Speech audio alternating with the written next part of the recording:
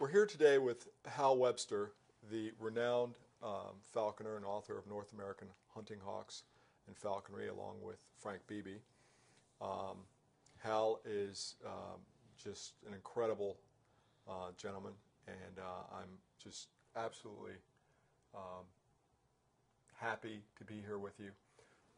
We've spent some time with your old friend over the past few days, and we spent a wonderful day going to the beach yesterday and having some lunch together. And I wanted to sit down with you today and talk about just you, and talk about you and your history in falconry, and also get a sense of who you are personally. So I'd like to ask you just a little bit of biographical information, if you could. Share with me something about yourself, about your background, where you were born, your parents, your grandparents, and who you are. Well, I'm really no different than other 100 million men. I put my pants on one leg at a time and button my shirt, very casually leave off the top button, but really no different. And I've had a wonderful life. I'm getting up to those golden ages. And when I talk to Frank, who's 6-7 years older than I am, I still believe that there's hope left for me. And I'm going to go kicking and screaming. I'm not going to go easy and lay down and give up. Been blessed with good health all my life, with good parents, upper middle class people. Tell me about your first memory of birds of prey. When I was 15 years old, I had a job in one of the schools, and a merlin flew into the gymnasium. And with the help of a long net on a 100-foot pole, I was able to net that little merlin.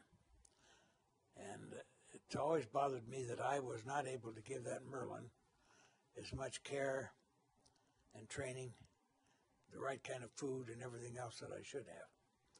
And so that was one of the beginnings of the idea of a book, which Frank and I put together starting in 1955 and finished in 1960-61. Mm-hmm.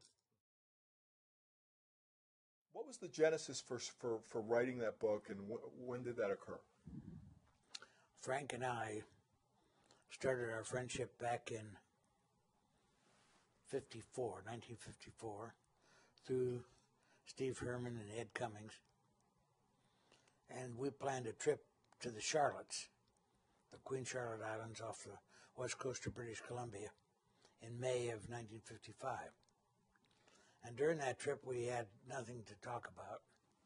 We being my wife, Kate, and Peter Osborno, Frank Beebe, and myself. Mm-hmm. And so we talked about falconry all the time, and we were both of the idea. The two things that were needed was an American falconry book and a club. And intermittently, while we were putting the book together, we're getting a whole lot of interest from people on the outside. And so the moment we published the book, we had 400 or 500 books sold. Enough.